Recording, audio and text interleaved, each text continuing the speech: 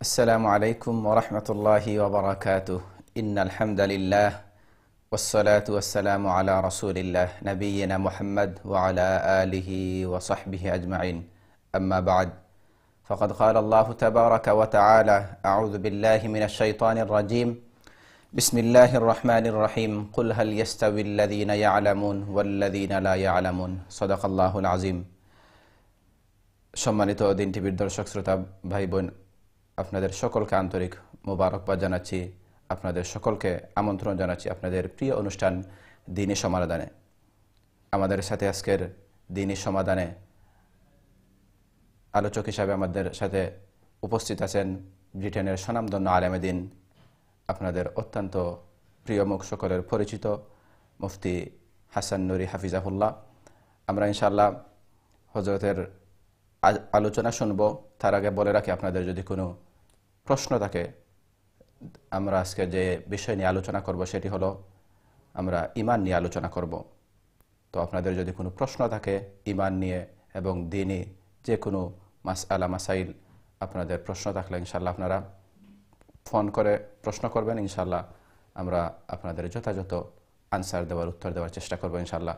আমরা শুরুতেই অনুরোধ করব আমাদের আজকের অতিথি মোহতারাম হাসান নুরি হাফিজাহুল্লাহকে নসিহতমূলক বক্তব্য দিয়ে শুরু করার জন্য প্রথমেই শায়েখকে ধন্যবাদ জানাবো, মুবারকবাদ জানাবো আজকে যে অত্যন্ত কষ্ট করে ব্যস্ততার মধ্য দিয়ে আমাদেরকে সময় দিয়েছেন। এজন্য আমরা শায়েখের ইনশাআল্লাহ শুকরিয়া আদায় করছি। আসসালামু আলাইকুম রাহমাতুল্লাহ। শায়েখ, ইনশাআল্লাহ প্রথমেই আপনার নসিহতমূলক বক্তব্য দিয়ে ইনশাআল্লাহ আমরা আলোচনার দিকে যাব ইনশাআল্লাহ। জাযাকুমুল্লাহ খাইরান। আসসালামু আলাইকুম ওয়া রাহমাতুল্লাহি ওয়া বারাকাতুহু। বিসমিল্লাহি ওয়াল হামদুলিল্লাহ ওয়াস সালাতু ওয়াস সালামু আলা রাসূলিল্লাহ। আম্মা বা'দু ফাআউযু বিল্লাহি মিনাশ শাইতানির রাজীম। বিসমিল্লাহির রাহমানির রাহিম। আল্লাযীনা আমানু ওয়া লাম ইয়ালবিসু ঈমানাহুম বিযুলমিন উলাইকা লাহুমুল আমনু ওয়া হুম মুহতাদুন। بارك الله لنا ولكم في القرآن العظيم ونفعنا وإياكم بالآيات والذكر الحكيم. رب اشرح لي صدري ويسر لي أمري واحلل عقدة من لساني يفقه قولي. اللهم صل وسلم دائما أبدا على حبيبك خير الخلق كلهم. الحمد لله।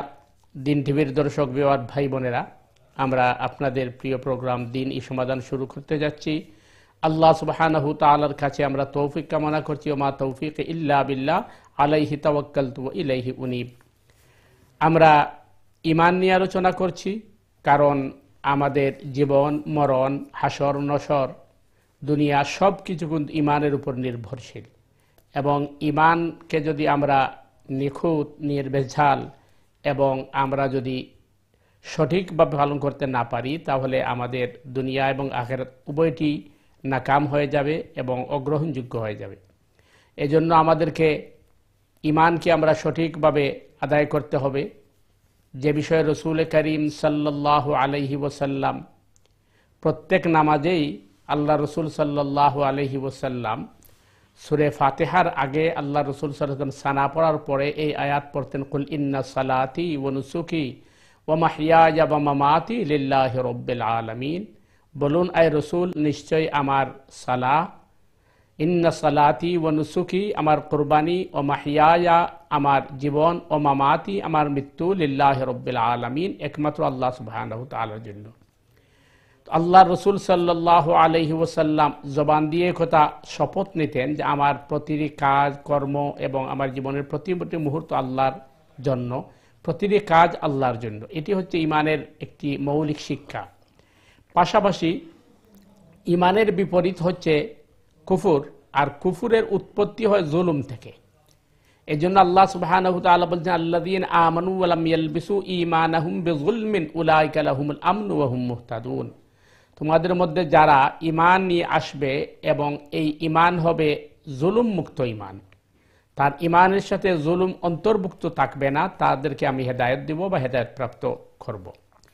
সুতরাং আমাদেরকে জুলুম থেকে বাঁচতে হবে। আর জুলুম কোরআনে কারীমের পরিভাষায় সবচেয়ে বড় জুলুম হচ্ছে শিরিক। ইন্না শিরকা লাযুলমুন আযীম। নিশ্চয়ই শিরিক হচ্ছে সবচেয়ে বড় জুলুম। তার কারণ যে শিরিক হচ্ছে তাওহীদ বা ইমানের পরিপন্থী, আর জুলুমের সর্বনিম্ন যে পর্যায় সেটি হচ্ছে ওয়াজউ শাইএ আলা গায়রি মুহাল্লিহি, যে কোনো অযোগ্যকে যোগ্যতার আসনে সমাসীন করা, এটি হচ্ছে জুলুমের সর্বনিম্ন স্থান। অথবা যে জিনিসটা যেখানে রাখার উপযোগী না তাকে সে জায়গায় রাখা। উদাহরণস্বরূপ বলা যেতে পারে যে একটা গ্লাস যদি আমাদের হাতে থাকে, তাহলে ওই গ্লাসে যে পরিমাণ পানি ধরবে এর বেশি পানি ঢেলে দেওয়া গ্লাসের উপর জুলুম করা। অথবা এত গরম ওয়াটার ঢেলে দেওয়া যেটি এই গ্লাস বরদাস্ত করতে পারবে না, এটা হচ্ছে গ্লাসের উপর জুলুম করা। আর এই জুলুমের কারণে দেখবেন আশপাশ নোংরা হয়ে যাবে, নষ্ট হয়ে যাবে। এই জন্য আল্লাহ রসুল সাল্লাল্লাহু আলাইহি ওয়াসাল্লাম ইরশাদ করেছেন, ইদা উসসিদাল আমরু ইলা গায়রি আহলিহি ফান্তাজির সাআহ, যদি অযোগ্যকে যোগ্যতার আসনে সমাসীন করা হয় তাহলে তোমরা কিয়ামতের অপেক্ষা করো।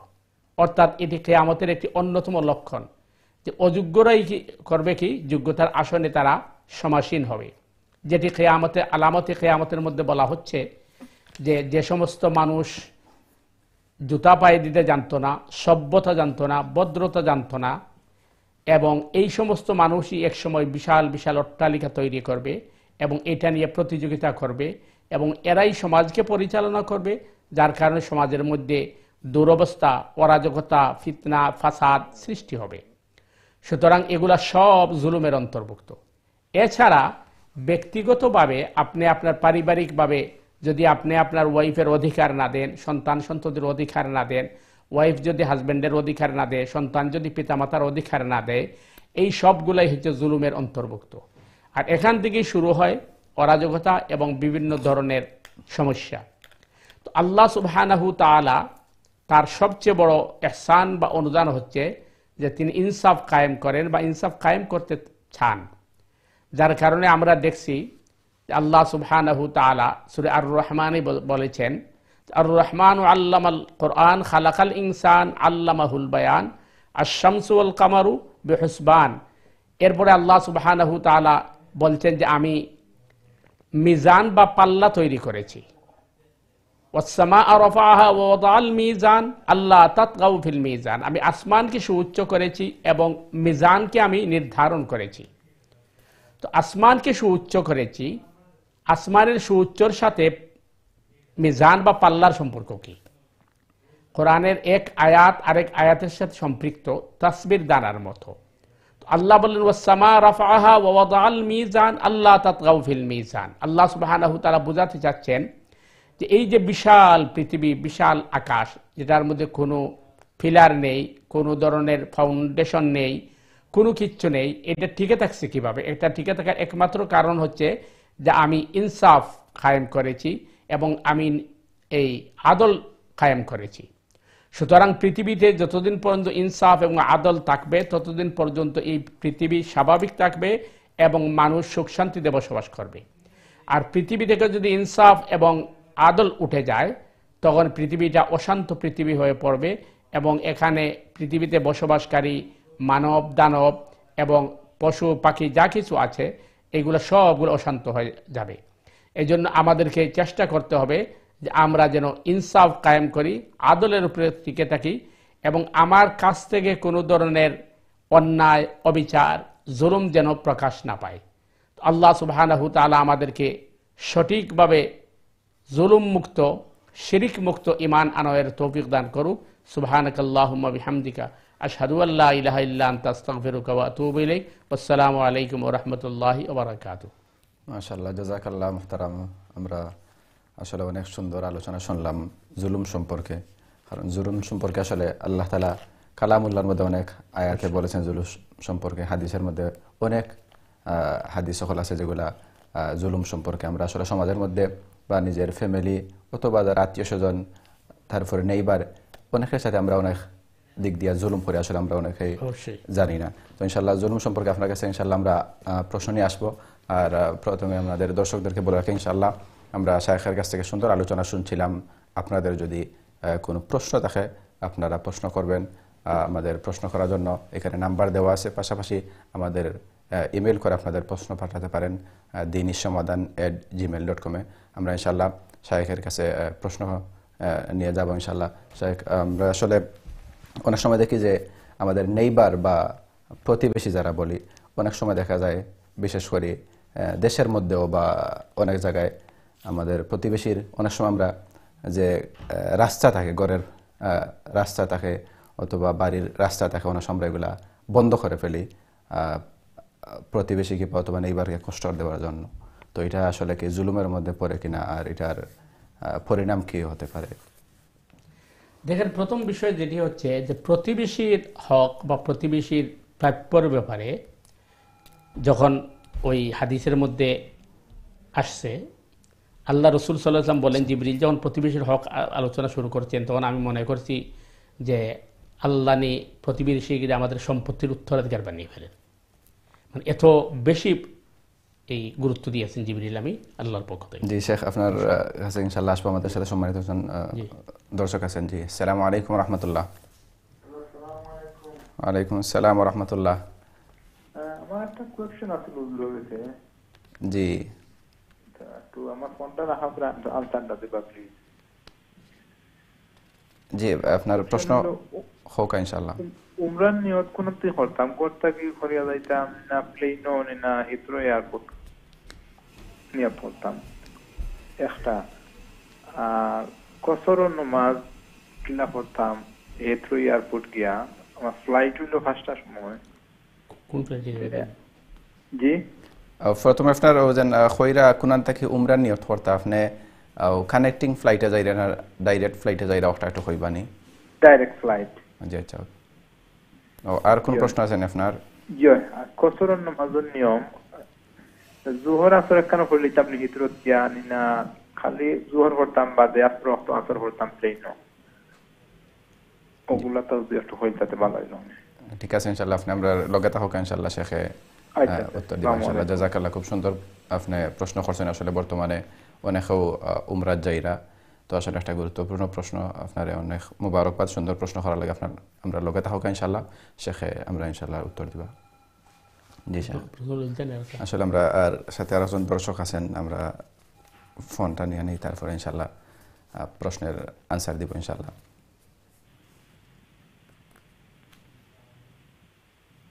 আসসালামু আলাইকুম রহমতুল্লাহ।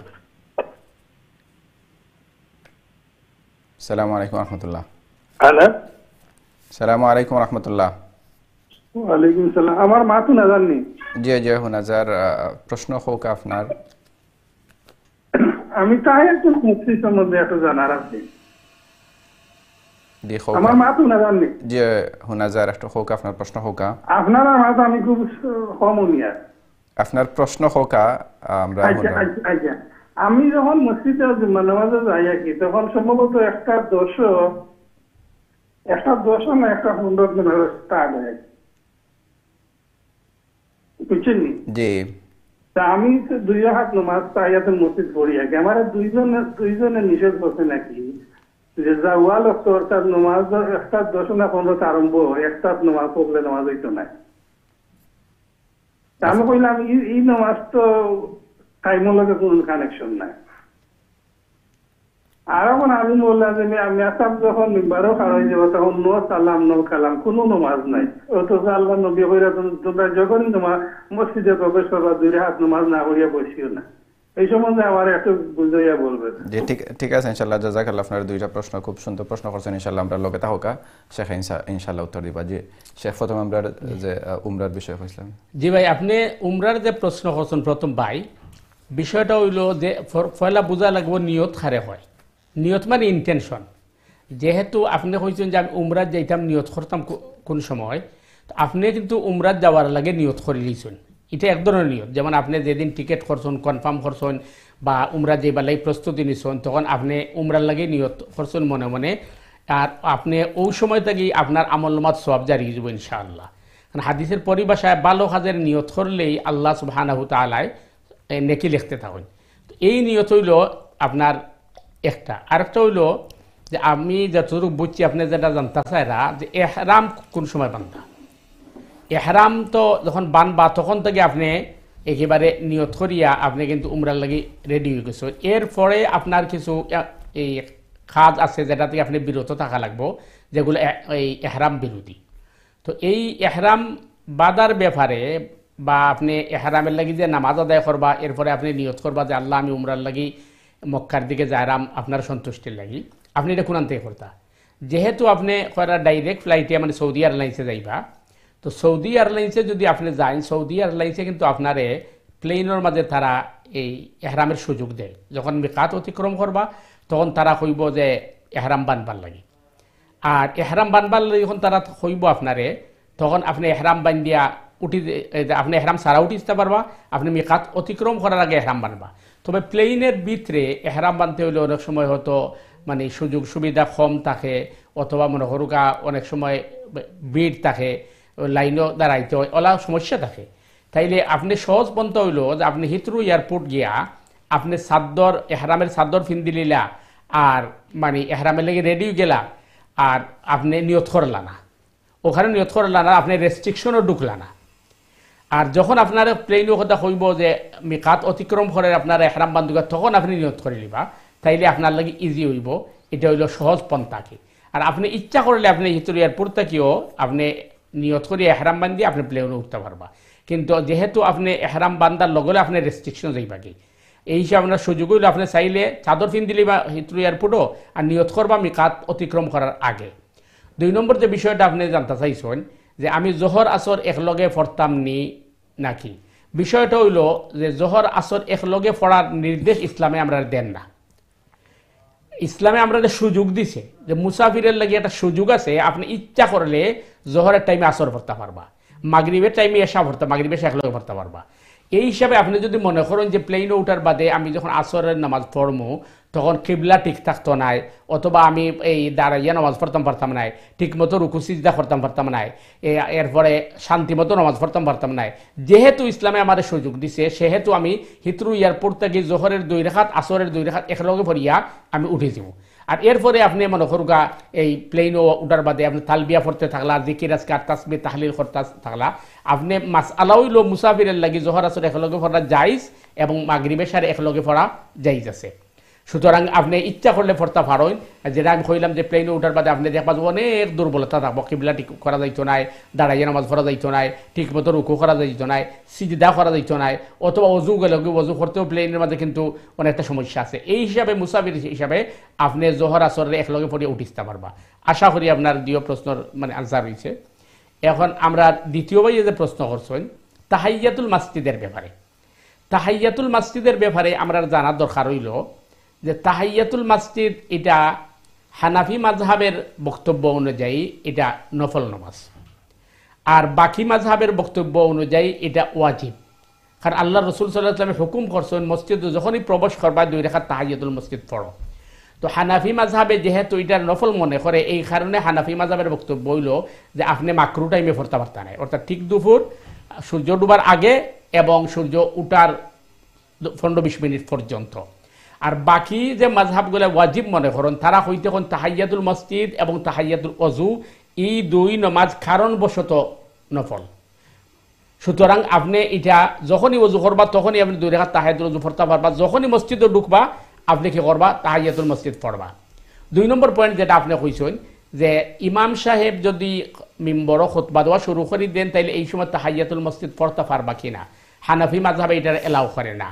তবে বাকি মাযহাবগুলা হয় না, আপনি তখন পড়তা খান। আল্লাহ রসুল একজনকে জিজ্ঞাইছেন, একজন আইয়া বই গেছিল সাহাবার মাঝে, আল্লাহ রসুলে জিজ্ঞাইছেন তুমি তাহাইয়াতুল মসজিদ পড়ছো নি? তাই কইছেন না। আল্লাহ রসুল কইছেন কম, তুমি দাঁড়াও এবং তাহাইয়াতুল মসজিদ পড়ো। তখন আল্লাহ রসুল খুতবারে স্টপ করে দিলাইছিলা। এই হিসাবে নিরাপদ রাস্তা হইল যে আপনি যদি যাইতে দেরি হয়ে গিয়া দেখুন যে আসলে খুতবা শুরু হয়ে গেছে, তাইলে মসজিদের পাশিসো অথবা বাহিরে কোনো জায়গা আপনি তাহাইয়াতুল মসজিদ পড়িয়া এরপর ভিতরে যাইবা, এটা নিরাপদ পথ। আশা করি ক্লিয়ার ইনশাআল্লাহ। জাযাকাল্লাহ শেখ। আসলে আমরা দর্শক খুব গুরুত্বপূর্ণ প্রশ্ন করছেন। আসলে অনেক সময় দেখা যায় আমরা বিশেষ করে জুমার সময় মানে এই সমস্ত অবস্থার সম্মুখীন হওয়া লাগে।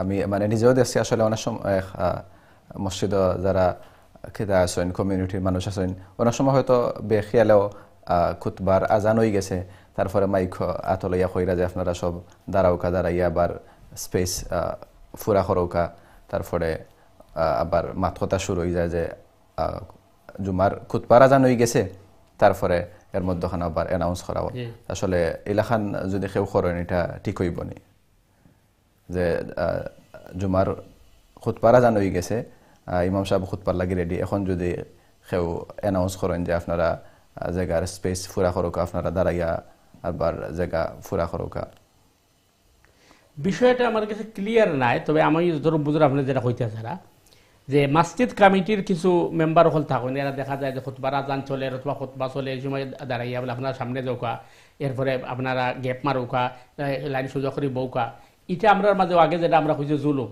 আমরা মাঝে টু মাছ মাতব পড়ি যে আমরা প্রায় মসজিদ কমিটিরও যে কমিটির যে তাই আসনিটা দেখাইবার লাগি তাই দাঁড়াইন তো খুতবার আজান ও আর বাদে আর তো কোনো কথাবার্তা হওয়া এমনকি হাদিসও যেটা আইছে যে কেউ যদি আপনার দ্বার খোতা হয় তাহলে আপনি চুপ হইতে না কারণ এই সময় মনোনিবেশ দিয়ে খুতবা শোনা এটা আমরা লাগে ওয়াজিব তো এই সময় কোনো কথা হ্যাঁ ইমাম সাহেব যদি দেখুন যে কোনো প্রবলেম ওর তখন ইমাম সাহেব খুতবা বন্ধ করে তাই কি করবা এর লাগে মসজিদও মানে এই লাইন সোজা করার লাগি অথবা গ্যাপ মারিয়া বওয়ার লাগি এটা ইমাম সাহেবের দায়িত্ব অন্য কেউর নাই আর অন্য কেউ কথা হইলই কেন মাঝে আর একটা ফিতনা শুরু হয় এবং এটা অরাজকতা তৈরি হয় জাযাকাল্লাহ আপনার কাছ থেকে সুন্দর আনসার শুনলাম আমরা আসলে একটু আগে আমরা ভাই প্রশ্ন করছিলাম উমরার বিষয়ে তো আসলে আমিও মানে জিনিসটা একটু বাড়াইয়া করতাম চাই যদি একটু আমরা পুরুষের যারা উমরার এহরামর লাগি কোন ধরনের খাফর তারা ফিনবা আর মহিলার লাগি এহরাম অবস্থায় কোন ধরনের খাফর ফিনবা তারপরে কোন কোন জিনিস এহরাম অবস্থায় করবা আর কোন কোন জিনিস এহরাম অবস্থায় করতে পারতা না একটু যদি বিস্তারিত হয় কারণ বর্তমানে আমরা অনেকেও ভাই বোন হল উমরার যাইরা হলিডের মাঝে তো আশা করি অনেক লাগে এটা উপকার হইব প্রথম জিনিস হইল পুরুষের লাগে তো এই আমরা যেটা হইয়া থাকি যে সেলাইবিহীন চাদর হইতো আসলে সেলাইবিহীন ন্যায় কথাটা হইল মানে পরিপাটি পোশাক থাকতো না দুইটা চাদর থাকতো আর মাথা খোলা থাকতো এবং পাও খোলা থাকতো পুরুষের লাগে টুপি অথবা পাগড়ি ব্যবহার করা যাইত না এবং সক্স ব্যবহার করা যাইত না যদি কোনো প্রবলেম না থাকে প্রবলেম থাকলে ভিন্ন মাসলা মাজুর মাসলা অন্যটা আর সেলাইবিহীন বলতে মানে আদিকালের যে পোশাক এটা থাকতো আর কি কারণ সেলাইবিহীন হইলে অনেকে তাইলেও যে আপনার ওয়ালেট থাকে তো ওয়ালেটের মধ্যে সেলাই থাকে অনেকে প্রশ্ন হয় সেলাই লোকের প্রশ্ন নয় পরিপাটি পোশাক থাকতো না নর্মাল মানে আদিকালের চাদর যেটা আছিল এটা ব্যবহার করা হইতো আর এই মা বোনের লাগে তারা নর্মাল পোশাকটাই তারা লাগে এহরাম এবং তারা সক্সও পাই দিতে পারবা নিষেধ নাই কিন্তু মা বোন হলে চেহারা খুললে রাখতে হইব তার চেহারাটা হইল এহরাম আর হাজব্যান্ড ওয়াইফ যদি একসাথে যায় তাইলে এই তারার মাঝে এহরামরত অবস্থায় উমরা করার আগ পর্যন্ত কোনো ধরনের সেক্সুয়াল কথাবার্তা অ্যাক্টিভিটিস এগুলো করতে পারত না এগুলো করলেই দমাইব আর দ্বিতীয় কথা হইল যে ঝগড়াঝাটি করতে পারত না সেই লোকের আগারাগে করতে পারত না যদি এটা আমরা অভ্যাসে পরিণত হয়ে যায় কারণ এটা সহজ একটা ব্যাপার হইল যে কর্কশ ভাষায় কথা হওয়া এবং রাগারাগি করা এই গালাগালি করা এটা কিন্তু ফিস্ক মারাত্মক ধরনের অপরাধ সুতরাং এগুলোতে পরিহার থাকতে হইব এবং কোনো সুগন্ধি ব্যবহার করতে পারত না তবে এহরামের আগে কিন্তু এই ব্যবহার করা এটা যাইতেছে জাযাকাল্লাহ আসলে আমরা খুব সুন্দর আলোচনা আপনার কাছে শুনলাম আমরা আসলে ব্রেকও যাওয়া আগে লাগবো সম্মানিত দর্শক শ্রোতা আমরা আসলে ইনশাল্লাহ ব্রেকও যাই মুগি আর ব্রেকর পরে আবার আপনার লগে দেখা হইব ইনশাল্লাহ আমরা দিন সমাধান এবং দিন টিভির লগেও থাকবা আসসালামু আলাইকুম ওয়া রাহমাতুল্লাহি ওয়া বারাকাতুহু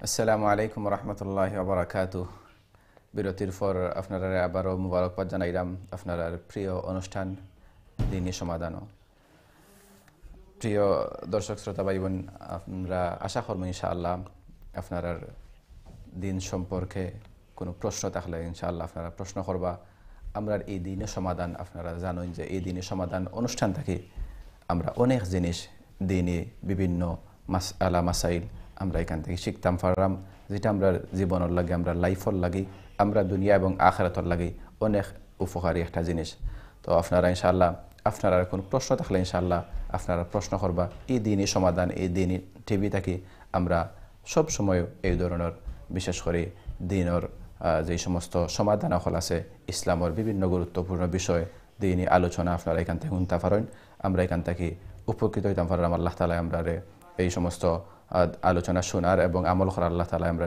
তৌফিক দিতে আমিন ইয়া রাব্বাল আলামিন। আমরা লগে বরাবরের মতো এখন আমরা লগে উপস্থিত আছেন আমরা আজকের আলোচক ব্রিটেনের স্বনামধন্য আলেমদিন আপনারা সকলের অত্যন্ত প্রিয় মুখ মুফতি হাসান নুরি হাফিজাহুল্লাহ। জি শেখ, আমরা বিরতির পরে আমরা বিরতির আগে যেটা আলোচনা করাতেছিলাম বিশেষ করে উমরার আলোচনা লইয়া আমরা লগে ইনশাল্লাহ সম্মানিত জন খোলার আছেন আমরা ফোনটা নিয়ে ইনশাল্লাহ। আসসালামু আলাইকুম ওয়া রাহমাতুল্লাহ। হ্যালো, আসসালামু আলাইকুম। শফিকুল আলম কুরাইশ বাংলা থেকে ভালো আছেন নি ভাইয়া? ওয়া আলাইকুম আসসালাম ওয়া রাহমাতুল্লাহ। জি ভালো আছি। আমি স্যারকে সালাম দেই।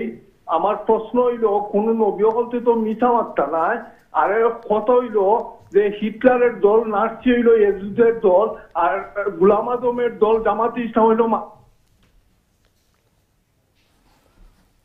দুঃখিত, আসলে আপনার ফোনটা মনে ড্রপ হয়ে গেছে।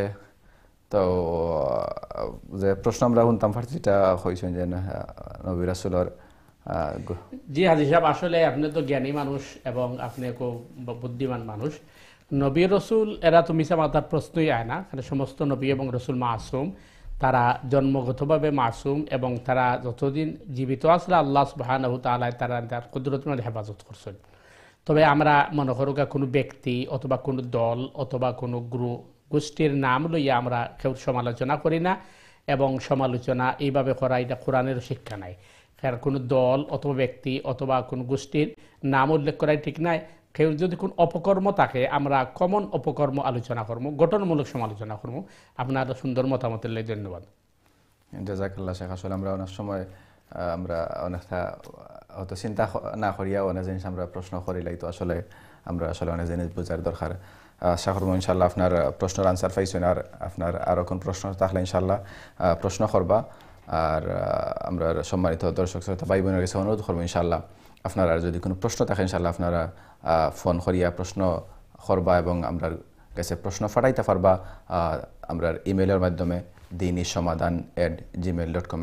এই যে অনুষ্ঠান, আমরা এই অনুষ্ঠান থেকে আমরা সব সময় দিন সম্পর্কে কোরআন হাদিসের মাসাইল কোরআন হাদিস থেকে যেগুলো সঠিক এবং তথ্যর মাধ্যমে আমরা এখান থেকে সব সময় সঠিক মাসাইল সঠিক উত্তর দেওয়ার আমরা চেষ্টা করি। আমরা লগে সবসময় আপনারা থাকেন, তো আপনারা জানতে পারেন যে এখান থেকে আসলে সবসময় দিন সম্পর্কে সুন্দর সুন্দর এখান থেকে আলোচনা শোনা যায়। তো আমরা ইনশাআল্লাহ শেখর কাছেও যাইমু, আর আপনারা কোনো প্রশ্ন থাকলে ইনশাআল্লাহ আপনারা আমরা কাছে প্রশ্ন করবা। আমি শেখর কাছে প্রশ্ন করব যে আসলে আমরা লগে সম্মানিত কলার আইছেন। জি আসসালামু আলাইকুম ওয়া রাহমাতুল্লাহ। আসসালামু আলাইকুম। ওয়া আলাইকুম আসসালাম ওয়া রাহমাতুল্লাহ। হুজুর, আমি একটা কথা জিজ্ঞাসা হুজুর দে। জি খৌকা।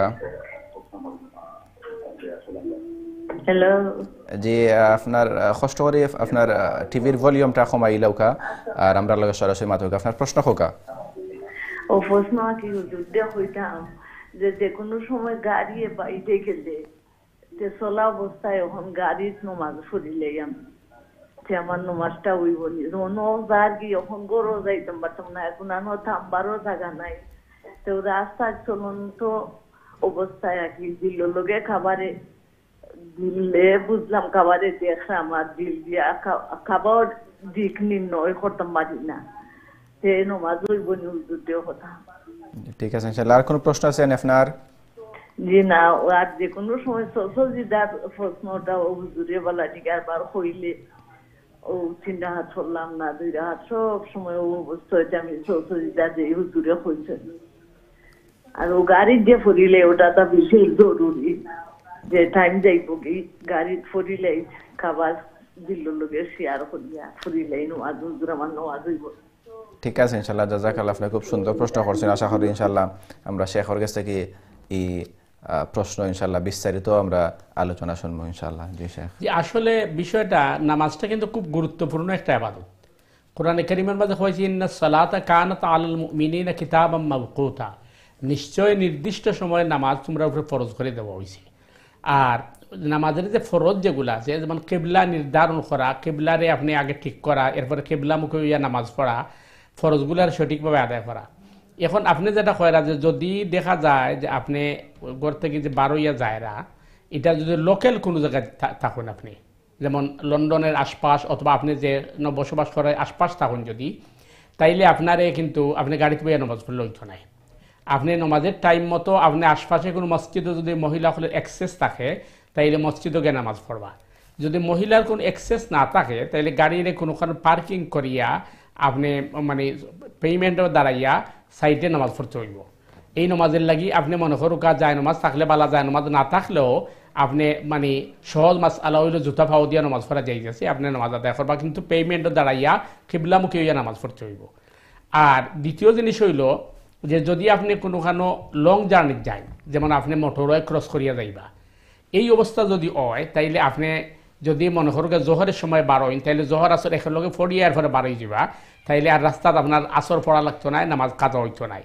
আর যদি দেখা যায় না আপনি জোহরের আগে বাহিরে গেছেন, আপনি জোহরের নামাজও পড়া লাগবে, আসরের নামাজও পড়া লাগবো, এবং মোটরওয়ের ভিতরে কোনো সার্ভিস থাকা অবস্থা পাইতে নাই, আপনি আসরের ভিতর পর্যন্ত যদি কোনো এই সার্ভিস পাওয়া যায় তাইলে আপনি সার্ভিস ওইটা নামাজ পড়তে হইব, আপনি জোহর আসর একলগে পড়তে পারবেন মুসাফির হিসাবে। আর যদি দেখা যায় না আপনি মোটরত এমনভাবে আসেন যে আপনি 2 ওয়াক্ত নামাজ কাজা হয়ে যাব, আপনি ভার্তা নাই ফর্তা, তাইলে গাড়িতে আপনি নামাজ পড়বা এই যথাসম্ভব যতটুকু সম্ভব চেষ্টা করবা কেবলামুখী হওয়ার পড়ার লাগি। যদি কোনো বিকল্প রাস্তা না থাকে তাইলে তো নামাজ পড়তে হইব। এটা হইল মাসআলা।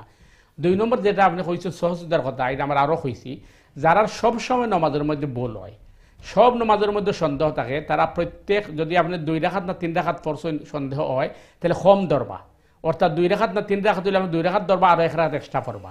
যদি 3 রাকাত না 4 রাকাত সন্দেহ, 3 রাকাত ধরে আরো 1 রাকাত এক্সট্রা পড়বা, এবং প্রত্যেক রাকাতও প্রত্যেক নামাজও আপনি সহজতা দিবা। আর যদি মাঝে মধ্যে হয় তাহলে যে সময় ওই সময় আপনি কম ধরিয়া আরো 1 রাকাত এক্সট্রা পড়িয়া এরপরে সহজতা দিবা। আশা করি ক্লিয়ার হয়েছে। এরপরেও যদি আপনার কনফিউজ থাকে আবার আইবা ইনশাআল্লাহ। জাযাকাল্লাহ। আসলে আমরা খুব সুন্দর আলোচনা শুনলাম, খুব সুন্দর আপনার কাছ থেকে উত্তর শুনলাম। আমরা লগে সম্মানিত যখন খোলার আছেন দেখি ইনশাআল্লাহ। জি, আসসালামু আলাইকুম ওয়া রাহমাতুল্লাহ। জি সম্মানিত দর্শক, আসসালামু আলাইকুম ওয়া রাহমাতুল্লাহ। ওয়ালাইকুম সালাম। জি, আপনার প্রশ্ন হোকা। আমি একটা নামের মিনিং জানতাম আসলাম আর কি আপনার আমরা রাখছিলাম নাম রাব্বি আল হক, ঠিকানটা ঠিক আছে নাকি তোমার জানতাম চাইলাম আর কি। জি, আর কোনো প্রশ্ন আছে না আমি আপনার? রাখলে আপনার আনসার দিবা। জি ঠিক আছে ইনশাআল্লাহ। আপনার কোনো আর কোনো প্রশ্ন আছে নি? জি না, ওটা তো জানতাম চাইলাম আর কি। আপনি খালি জাস্ট নামের আনসার জানতা চাইরা? জি ওই রাব্বি আল হক আমরা রাখছিলাম তো না।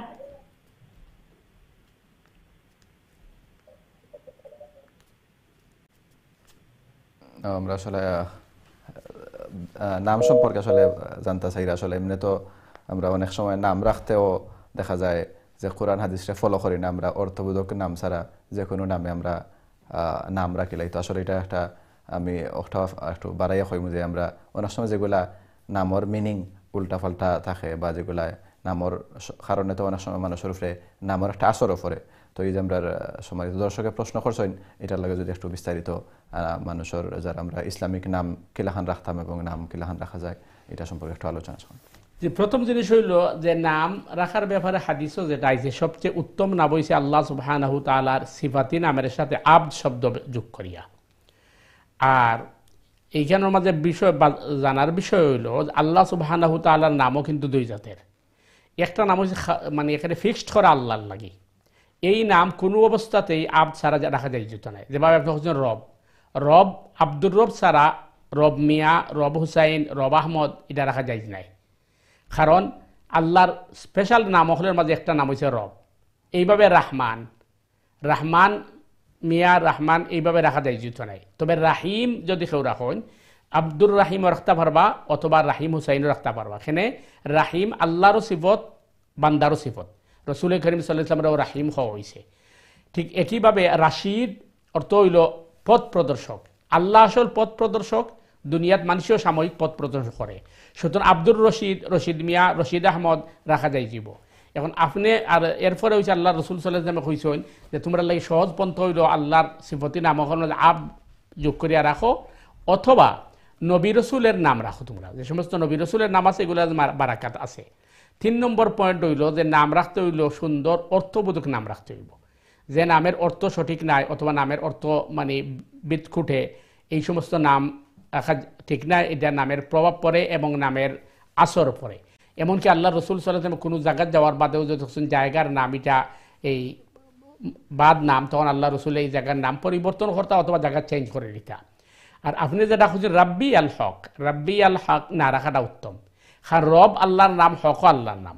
এখন যদি আপনি রাব্বি আল হক রাখেন তাইলে অর্থ দাঁড়াইব সত্য রব।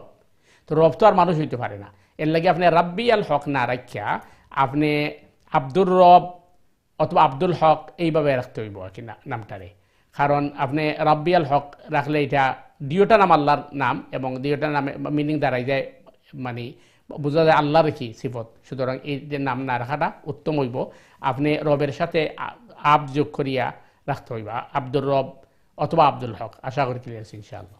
জাযাকাল্লাহ শেখ। আসলে আমরা খুব বিস্তারিত আলোচনা করলাম নাম সম্পর্কে। আসলে আমরা অনেক সময় আমরা সন্তান হল নাম রাখার ক্ষেত্রে আমরা অনেক সময় অনেক জিনিস খেয়াল করি না, অর্থর দিকে চাই না, অথবা ইসলামিক যে সমস্ত সুন্দর অর্থবোধক নাম এগুলো আমরা অনেক সময় রাখি না।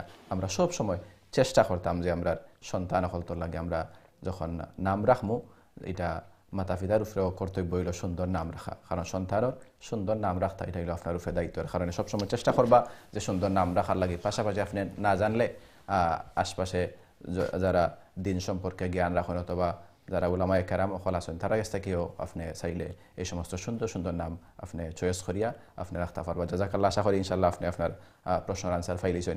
জি শেখ, আমি একটা জিনিস আসলে আপনার কাছে প্রশ্ন করবো। একটু আগে আমরা দর্শকে প্রশ্ন করছিলাম যে মোটরওয়েতে আপনি বিস্তারিত আলোচনা করছিল যে নামাজ ফরিলাইন তো কেলাখান নামাজ পড়তা। আসলে অনেক সময় দেখা যায় আমরা অনেক আসেন যে নামাজের অক্ত যাইবগি হয়তো ওলাখান মোটরওয়েত আসেন বা দূরের রাস্তা আছে, কোনো ফানি ফাইরা না বা স্টপ করতে পারা না।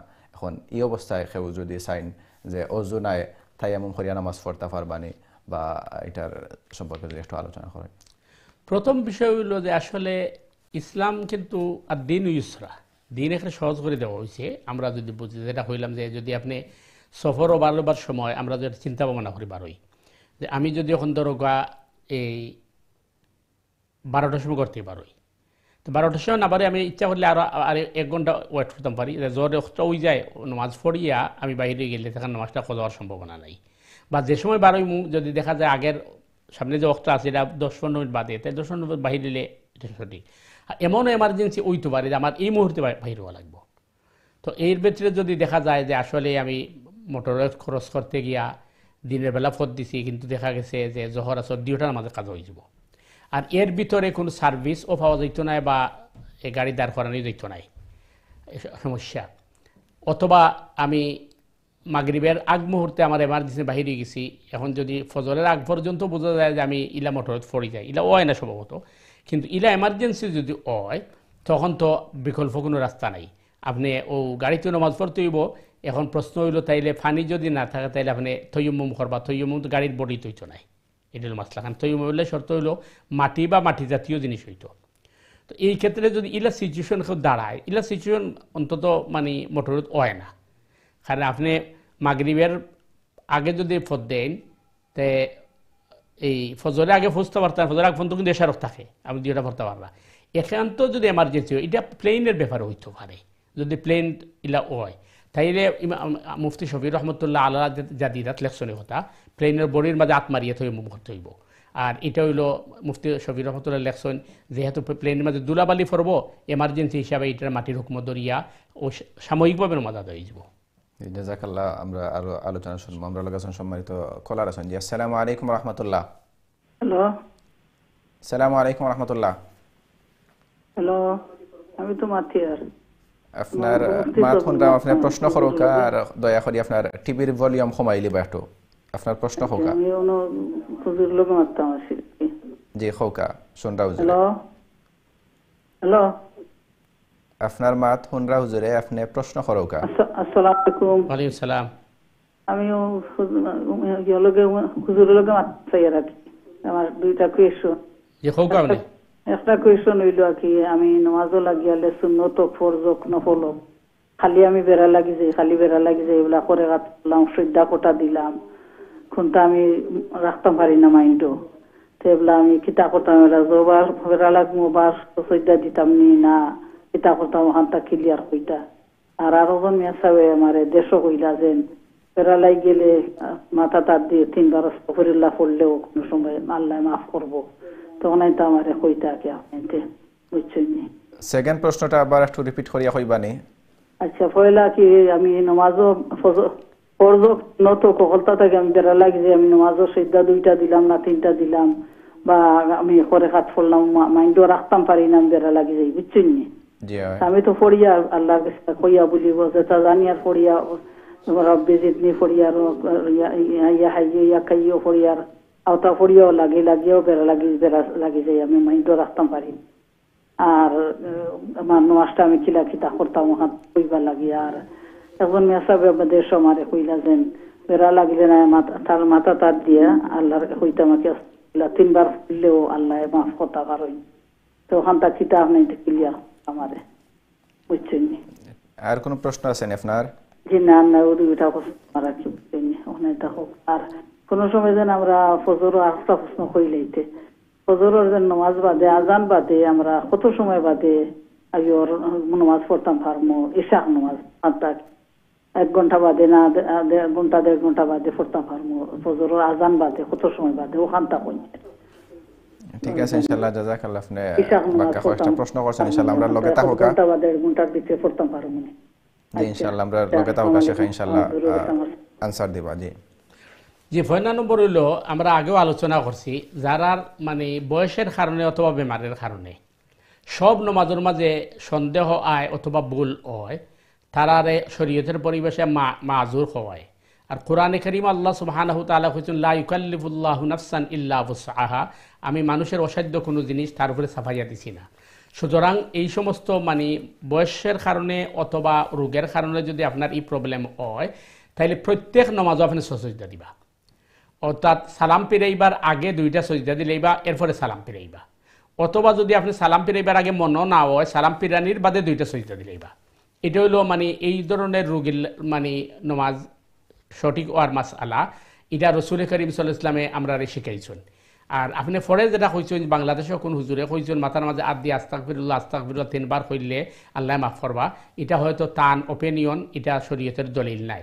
শরীয়তের মাসআলা হইল যারা সব সময় নামাজও বলইব, সব নামাজও আপনি সজদা দিবা, এটা হইল আপনার। এখন প্রশ্ন হইল যে আপনি যদি সালাম ফিরাইবার আগে মনে নয়, সালাম ফিরাইবার পরে আপনি সজদা দিবা, কিন্তু আপনি মানে সালাম ফিরাইবার বাদেও আপনার মনে হইছে না, আপনি সজদা দিছেন না, আপনার নামাজ আদায় হয়ে যাব, আল্লাহ মাফ করবা আশা করা যায়। আর এমনি তাই যেটা কইছেন আপনি বা আমরা সবসময় ইস্তেগফার করবো, আমরা আর জানা অজানা ভুল হয় এটা লাগে ইস্তেগফার যে সবসময় করার দরকার, এটা আমরা করবো। 2 নম্বর যেটা আপনি কইছেন, 2 নম্বর কি হয়েছে?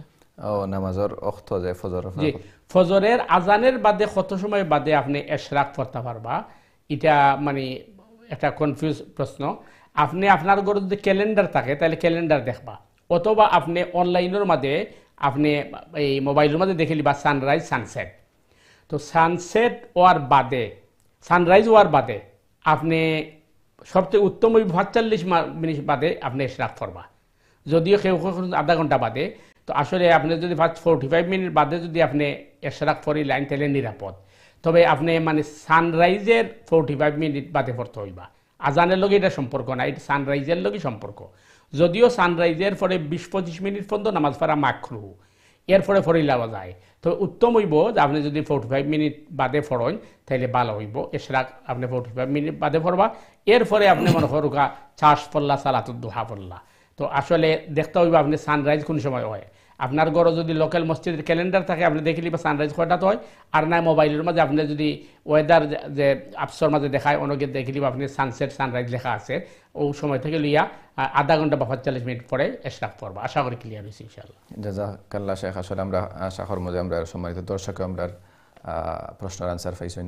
যে শেখার একটা বিষয় হলো, আমরা অনেক সময় দেখা যায় যে আসরের নামাজের পরে অনেকে আসরের ফরজ নামাজ পড়ার পরে মাগরিবের আগ পর্যন্ত এই যে টাইম থাকে, এই সময় নামাজ পড়তে পারবানি। বিশেষ করে আবার দেখা যায় উমরার মাঝে গেলে যে অনেকে তাওয়াফর পরে যে 2 রাকাত নামাজ, এটা অনেকে পড়েন, আবার অনেকে মাগরিবের নামাজ পর্যন্ত অপেক্ষা করেন, আর মাগরিব নামাজ পড়িয়া পরে 2 রাকাত নামাজ পড়েন। তো আসর আর মাগরিবের ভিতরে যে সময় ফরজ নামাজের পরে আর কোনো নামাজ পড়তে পারবানি, বা এই ব্যাপারে যদি একটু বিস্তারিত আলোচনা করেন।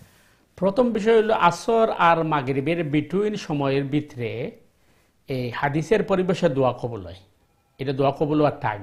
কিন্তু অনেকে মনে করেন যে দোয়া করা যাইত না, এটা ভুল। তবে কোনো নফল এই সময় পড়া যাইত না, নর্মাল নফল আসর থেকে মাগরিবের বিটুইন এই টাইমে পড়া এটা নিষেধ। তবে তোয়াফের পরে যে 2 রাকাত নামাজ, এটা মানে হানাফি মাযহাবে যেহেতু এটা নফল, সুতরাং এই সময় তারা পড়তে নিষেধ করেন। বাকি অন্যান্য মাযহাবের বক্তব্য হইল যেহেতু এটা তোয়াফের পরের নামাজ, এটা তোয়াফের কারণে পড়া হয়, সুতরাং পড়া যাইব। আর এমনি নর্মাল নফল মাগরিবের আগে পড়া এটা ঠিক নাই। তবে ওই দিনের আসর যদি কাজা হয়ে যায় আর দেখা যায় সূর্য লাল হয়ে গেছে, তবু আদায় করা লাগবো, কিন্তু নফল পড়া এই সময় ঠিক নাই। তবে তসবিহ, তাহলিল, কোরআন তিলাওয়াত এগুলো করার ফজিলত বেশি। জাযাকাল্লাহ শেখ, আমরা আপনার কাছ থেকে সুন্দর আনসার শুনলাম। আমরা সম্মানিত কলার আছেন, জি আসসালামু আলাইকুম ওয়া রাহমাতুল্লাহ। ওয়া আলাইকুম সালাম ওয়া রাহমাতুল্লাহি ওয়া বারাকাতুহু। জি আপনার প্রশ্ন করোগা। যে আমার প্রশ্নটা হইল, আমি আল্লাহর হুকুমে যে উমরা যাইতাম, ও ফার্স্ট টাইম যাইতাম, আমি আর কোনোদিন গেছি না আমার ছেলে মেলাইয়া। তো আমি তো কিছু জানি না, এখন কিলা আমি করতাম গিয়া হুজুরে একটু তো বেশি খুঁয়া দিবা দেখেন। আর কখনো গেলে হয়তো মনে হয়েছে ও আসুন, আমি আর আবু জানছি না কোনো এজেন্ট আসেন নি আমরা লগে করে তো আফ করাইবা ওটা করাইবা। হুজুরে বেশি কিছু কইলে আমি তোরা জানতাম পারি না উমরার উপরে তোরাটা গিয়া আমরা প্রথম গিয়া কিতা কিতা করা লাগবে কিতা করতাম। ঠিক আছে ইনশাআল্লাহ, আপনার আমরা ইনশাআল্লাহ বিরতি যাই, আপনার বিরতির পর আমরা লগে থাকবো আপনার প্রশ্ন।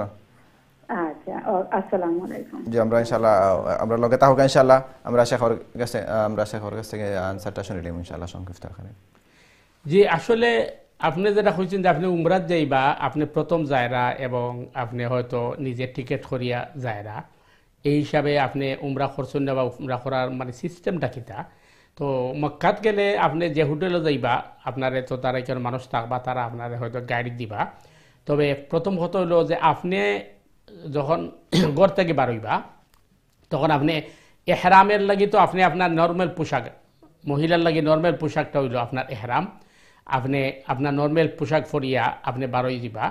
আর উত্তম হইল সফরও যাওয়ার আগে 2 রাকাত নফল ফরিয়া ঘর থেকে বাহির হওয়া, 2 রাকাত নফল ফরলা, আল্লাহর উপরে তাওয়াক্কুল করলা, আপনি বাহির হইলা। বাহির হইয়া আপনি এয়ারপোর্ট যাওয়ার বাদে যদি আপনি সৌদি এয়ারলাইন্সে যান, তাইলে তো আপনি ডাইরেক্ট ফ্লাইটে যাইবা কি, আপনি ইচ্ছা করলে এয়ারপোর্ট থেকে এহরাম বান্ধি নিতে পারবা। আর যদি আপনি ডোমেস্টিক অন্য কোন ফ্লাইটে যান, অর্থাৎ আপনি যদি অন্য কোন দেশ ধরিয়া যান, তাইলে যে দেশও গিয়া স্টপেজ অনেকে চাইলে বাঁধতে পারবা। তবে উত্তম হইব আপনি এহরাম বান্ধিলি বা এয়ারপোর্ট থাকি, অর্থাৎ আপনি আপনার নর্মাল পোশাক পিন দিয়া আপনি 2 রাকাত নামাজ আদায় করবা। 2 রাকাত নামাজ আদায় করার পরে আপনি বাংলাতে হইতে পারবা যে আল্লাহ আমি আপনার সন্তুষ্টির লাগে আমি উমরা করতাম, আমার উমরার আল্লাহ কবুল করো এবং আমার এই সফরটারে আল্লাহ তুমি কামিয়াব করো। এরপরে আপনি এইটা হওয়ার বাদে আপনি এহরামের ভিতরে ঢুকি গেলা এবং আপনি তালবিয়া পড়তে থাকবা, লাব্বাইক আল্লাহুম্মা লাব্বাইক লাব্বাইক লা শারীকা লাক লাব্বাইক ইন্নাল হামদা ওয়ান নি'মাতা লাকা ওয়াল মুলক লা শারীকা লাক। আর আপনার চেহারারে খোলা রাখতে হইবা, এখানে মহিলা হলে এহরাম হলো তার চেহারার মাঝে, এটা হলো আপনার নর্মাল। এবং আমরা আগে আলোচনা করছি, কোরআনও কইছে ফালা রাফাসা ওয়ালা ফুসুকা ওয়ালা জিদালা ফিল হাল, তোমরা রফস ফুসুক জিদাল করতে পারতে নাই, অর্থাৎ আপনি লোকে ঝগড়াঝাটি করতে পারতা নাই, কোনো গালিগুলোজ করতে পারতা নাই এবং কোনো ধরনের মানে আপনার কড়া কথাবার্তা, আপনার আমার ছেলের সাথেও আপনি ঝগড়াঝাটি করতে পারতা নাই। এরপরে আপনি এয়ারপোর্ট গেলা, এয়ারপোর্ট থেকে জিদ্দা এয়ারপোর্ট যাওয়ার পর আপনার মাক্কাত নেব।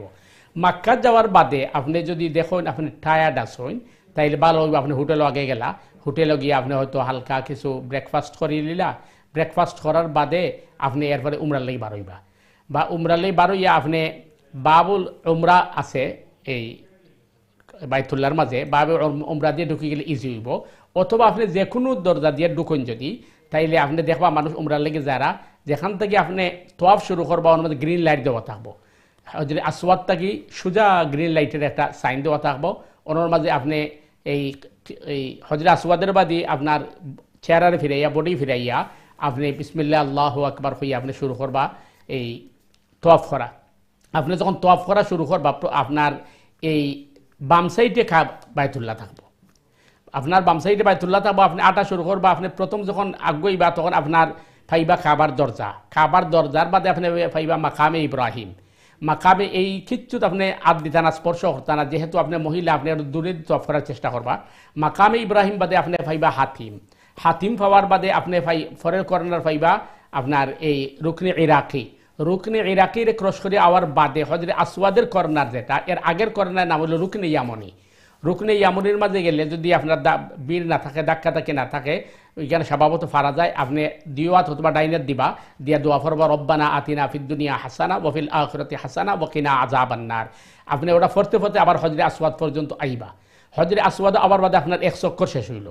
এরপরে আবার আপনি দ্বিতীয় চক্করে লাগে বিসমিল্লাহ আল্লাহু আকবার হইয়া আপনি যাওয়া শুরু করবা। আপনি দেখবা মানুষের যেভাবে করেন আপনি আবার শুরু করবা। এইভাবে আপনি কিন্তু 7 চক্কর দিবা। 7 চক্করের মাঝে আলাদা কোনো দোয়া নাই। আপনি যে কোনো তাসবিহ, তাহলিল, দুরুদ ইত্যাদি আপনি ভরতে পারবা, যেটা আপনার মনে চায় আপনি। কিন্তু আপনি ওই যে ইহরাম বান্দার বাদে তালবিয়া শুরু করবা। আপনি প্রথম তওয়াফ শুরু করবার লাগে যখন যাইবা তখন আপনার তালবিয়া শেষ হয়ে যাব। 7 চক্কর শেষ করার বাদে আপনি একটু দূরই গিয়া 2 রাকাত নামাজ পড়বা কাবারের সামনে রাখিয়া। এরপরে আপনি ও হজরে আসওয়াদের যে কর্নার, ও কর্নারে সোজা গ্রিন লাইটে দিয়ে গেলেই আপনি পাইবা সাফা। সাফাত গিয়া উঠবা, মানুষ অনু উঠবা। সাফাত উঠার বাদে আপনি কাবা বাইরে মুখ করিয়া আবার এই দোয়া করবা। দোয়া করার বাদে আপনি এই সাই শুরু করবা। সাই মানে হইলো আপনি সাফা থেকে আপনি যাইবা মারুয়ার দিকে, দেখবা মানুষ যায় না। আপনি অর্ধেক রাস্তা যাওয়ার বাদে আবার গ্রিন লাইট পাইবা।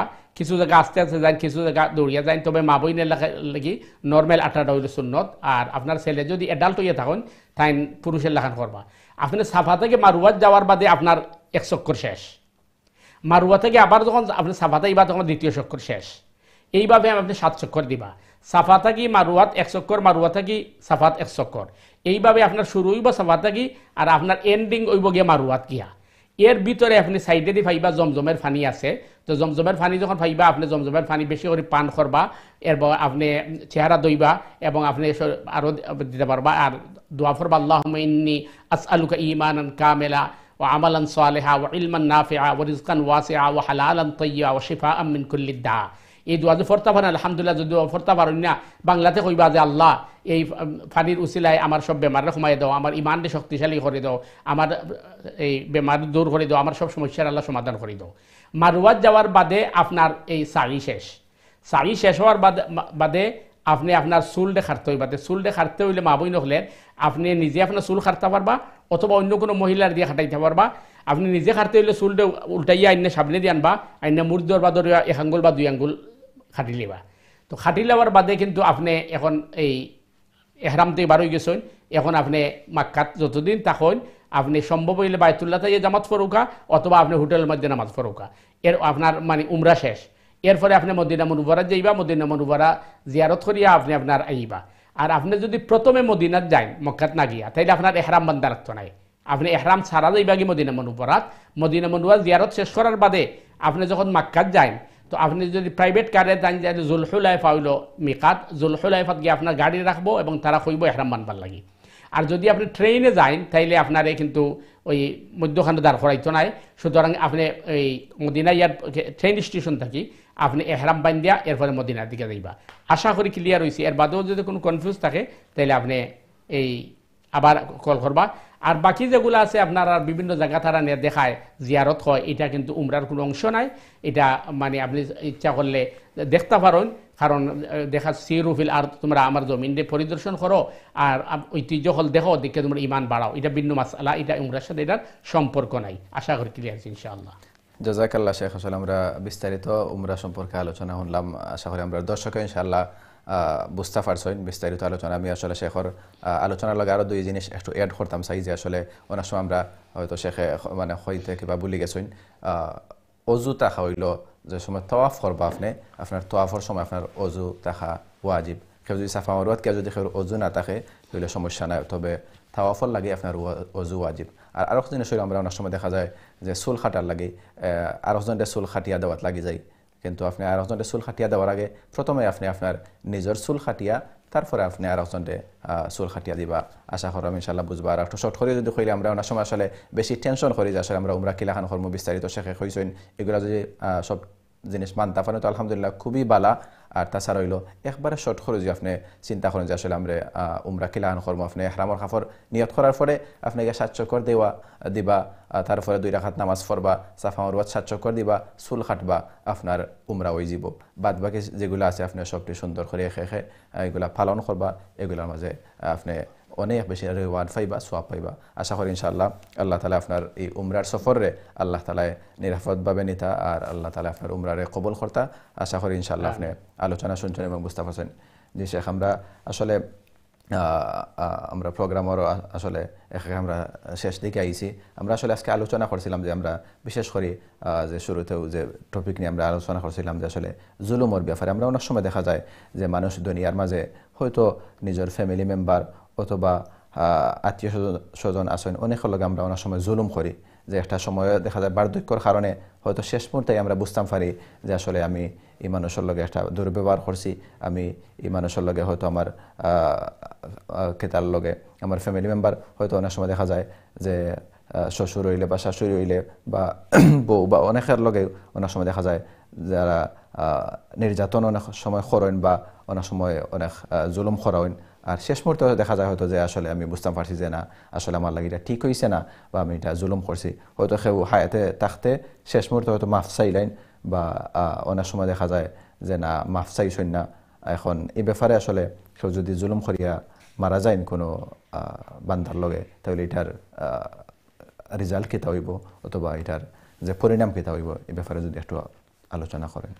প্রথম নম্বর হইল যে যার লগে সম্পর্ক বেশি তার হক বেশি নষ্ট করা হয়।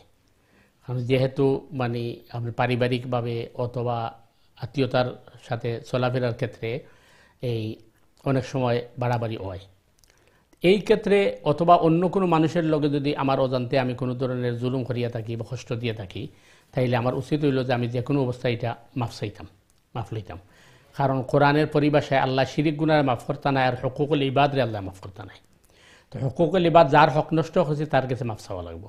এখন বিশেষ করে মা বাপের সাথে, মা বাপের সাথে যদি বেয়াদবি করে বা কষ্ট দেয়, এটা কোনো অবস্থায় মাফ হইতো নাই। এই হিসাবে মানে মাফ আপ্রাণ চেষ্টা করা যে যার হক নষ্ট করে তার মাফ চাওয়ার লাগে।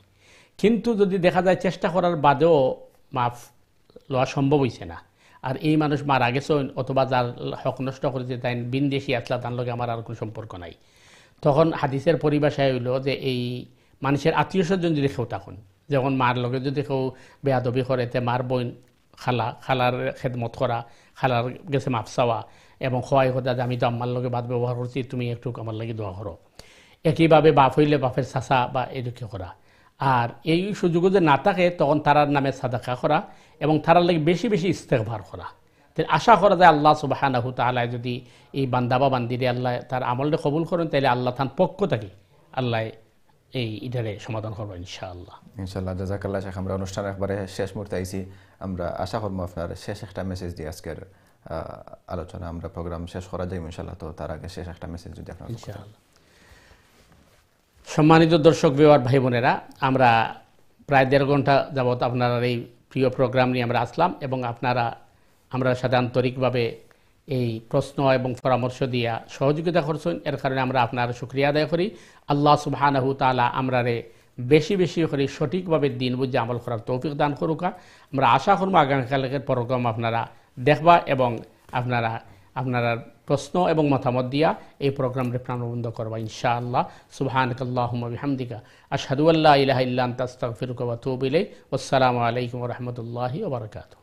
জাযাকাল্লাহ শেখ, আপনারে অনেক অনেক মুবারকবাদ, ধন্যবাদ আপনারা সময় দেওয়ার লাগে। আল্লাহ তাআলা আপনার সময় দেওয়ার কবুল করতে। সম্মানিত দর্শক এবং শ্রোতা, আমরা অনুষ্ঠানের একবারে শেষ মুহূর্তে আপনারা আমরা লাগে অনেক সময় আসলে আপনারা মুবারকবাদ জানাইলাম। আমরা আগামীকালকে যে প্রোগ্রাম আছে দিনের সমাধান, আশা করবো ইনশাআল্লাহ আমরা আগামীকালকের প্রোগ্রাম আপনারা জয়েন করবা, দেখবা। আর ততক্ষণ পর্যন্ত আল্লাহ তাআলা সবরে সুস্থ রাখতা, ভালো রাখতা, এই প্রত্যাশা নিয়ে আজকের প্রোগ্রাম এখানেও শেষ করলাম। আসসালামু আলাইকুম ওয়া রাহমাতুল্লাহি ওয়া বারাকাতুহু।